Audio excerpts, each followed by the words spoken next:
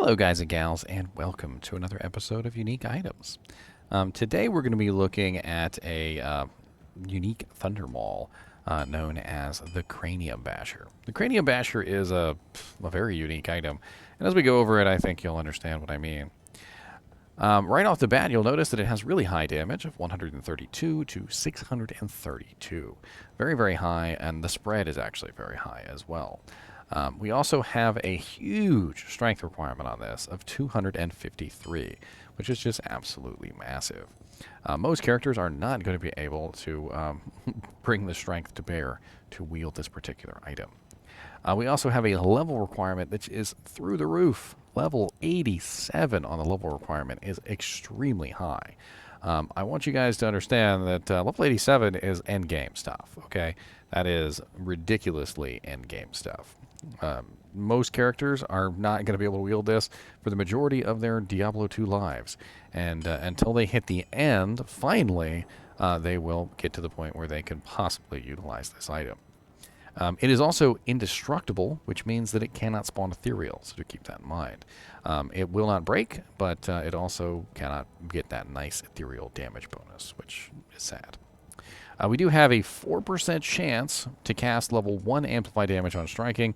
Now, level 1 Amplify damage is relatively low.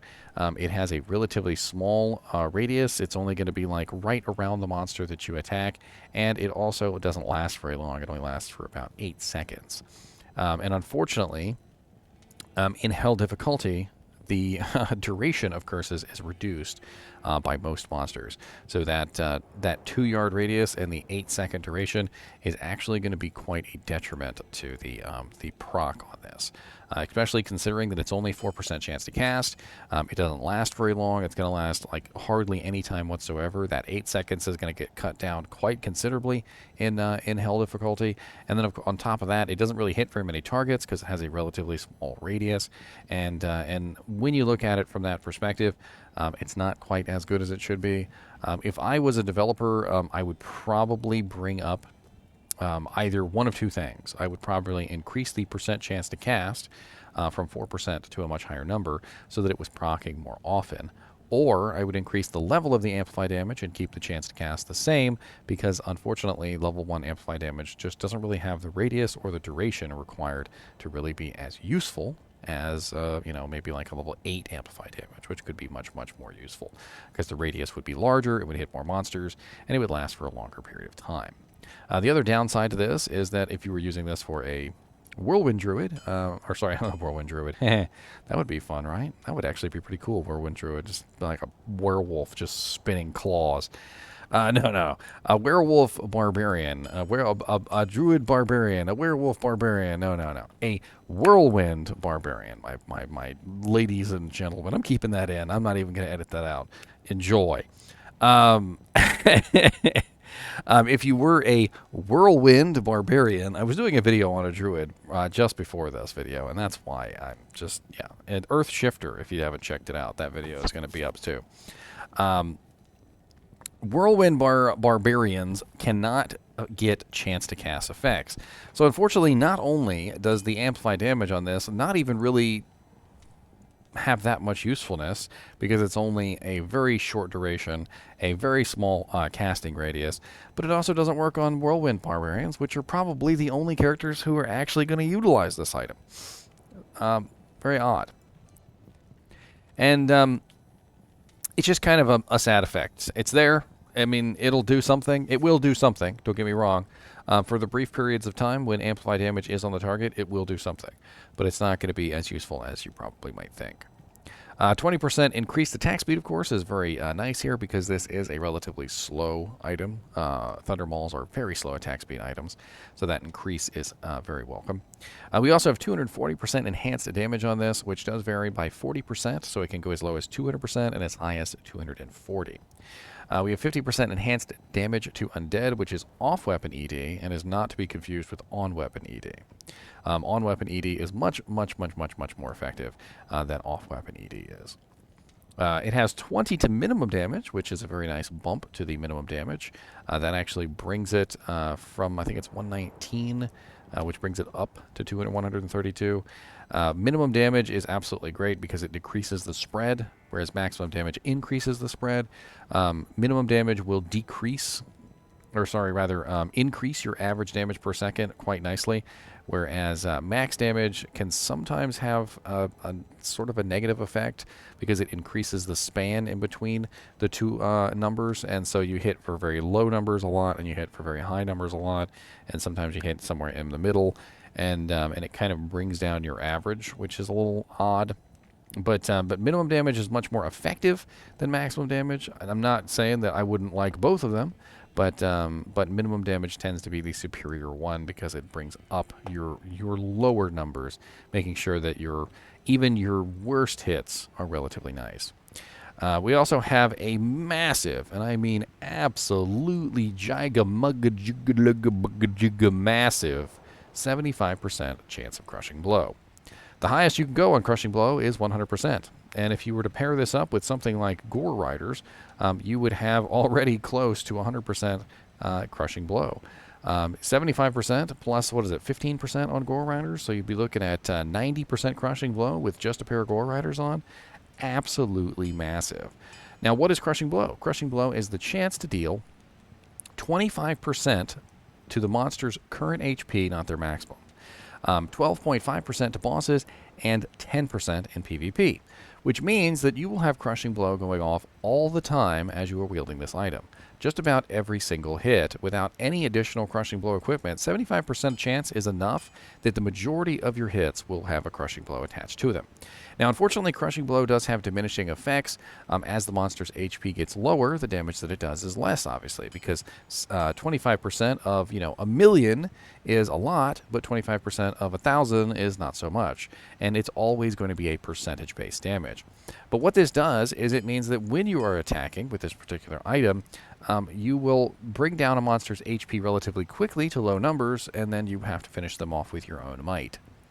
The weapon also has a bonus to strength, which is almost like a slap in the face, in my opinion, because if you have 253 strength to wield this item, you probably don't need more strength, but it's not exactly a terrible thing because strength does give 1% enhanced damage per point. So you get a nice 25% enhanced damage from that 25 strength. That is added, of course, on top of your off-weapon ED. Since you already have 253 strength, that's 253% enhanced damage. And then you have another 25, which is going to add another 25% to your 253. Off-weapon ED is not super-duper effective, but it is nice to have, definitely. On top of that, we also have all resistances 25, which is definitely very nice because, of course, we are giving up our shield slot for this particular item, so it would be nice to have that extra resistance. Now, I'm going to take this out, and I'm going to play around with it in Whirlwind, and we're gonna see how effective it is. Why not? So we might as well kill poor Eldritch over here. I'm always picking on Eldritch. What's up, my buddy? As you can see, I'm not getting any amp damage procs, and that's just simply because this particular item is not going to proc amp damage. Not in Whirlwind. But if I did use something like Concentrate instead, Concentrate would have a chance to proc the effect, and you would actually see the effect come on. Now, most of these monsters are dying relatively quickly, and this is hell difficulty. It is players 1, but not exactly a terrible amount of damage with this particular weapon. I mean, if we go use this on poor Shanky Poo here, you'll notice it does smack pretty hard. And the crushing blow is going to scale nicely with players 8 and things like that. It's definitely going to help you better in those particular areas because, of course, as the monster's HP increases, a percentage-based HP damage is going to be more useful than actual, like physical damage. Because, like I said earlier, 25% of a million is a very large number. 25% of 2 million is an even bigger number. And it doesn't matter how much HP the monster has, you're still dealing a very nice percentage-based damage to their HP, which is absolutely great. The Cranium Basher Thunder Maul is an odd one. What characters could you possibly use it on? Well, if you wanted to build a character around this item, which could be a fun thing to do, in my opinion, to build a character around the Cranium Basher, you could build it on a Druid. A Druid, I think, could get some decent use out of this with the high amount of Crushing Blow. They do also get an attack speed bonus for using two-handed weapons. And, I mean, it's definitely interesting. That's for sure. I do feel like there are better weapons in the game than this item. But 75% Crushing Blow is a freaking hell of a lot of Crushing Blow. The Amplify damage proc could be better, in my opinion, but it's still going to be there, and it's still going to help you out. Even if it doesn't proc all the time, and even if it's not up for very long, when it is, it's going to double your damage during those durations. And as you can see, the damage on the weapon is already relatively high, and having the Amplify damage on there as a sort of an afterthought definitely means that you're going to be hitting some monsters like a freaking freight train. Now, the Cranium Basher Thunder Maul may be hard for you to come by, and for that reason, we're going to go take a look, and we're going to see where we could potentially find this, and to do that, we're going to go over to Silo's Pen. Silo's Pen is a place where I like to look up these particular things. Now, the Cranium Basher is a Thunder Maul, and this does mean that it may be very difficult to get your hands on. Thunder Mauls are a relatively high-level item and only drop from particular monsters. And there you are, Cranium Basher. I'm going to bring this up on the camera here so you can see, follow along with me.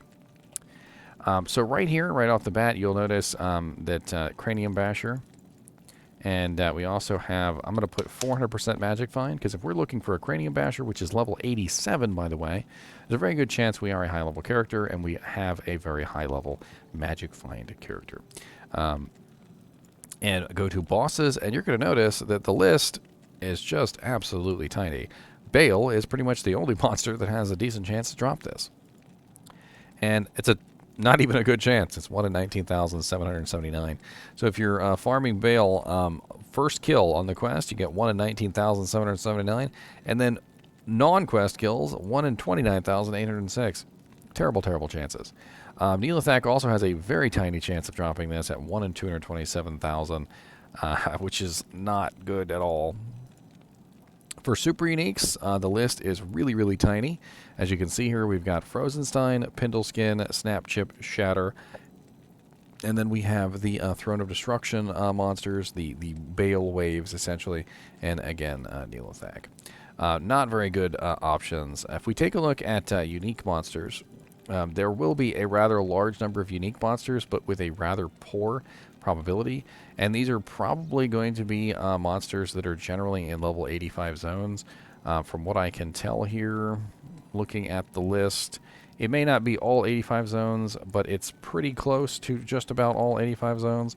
So you're looking at mainly hell difficulty, you're looking at mainly level 85 zones, and in general, it's got to be a high-level zone, like Pit Level 2, Pit Level 1, Throne of Destruction, Worldstone Keep, Maggot Layer Level 3, which is an 85 zone. We've got a lot of different zones in here that are pretty much all level 85 zones. If you'd like to look at a list of level 85 zones, there actually is a list online you can take a look at. I also have a video up of all of the new level 85 zones that are coming in 2.4, so you might want to check that out as well.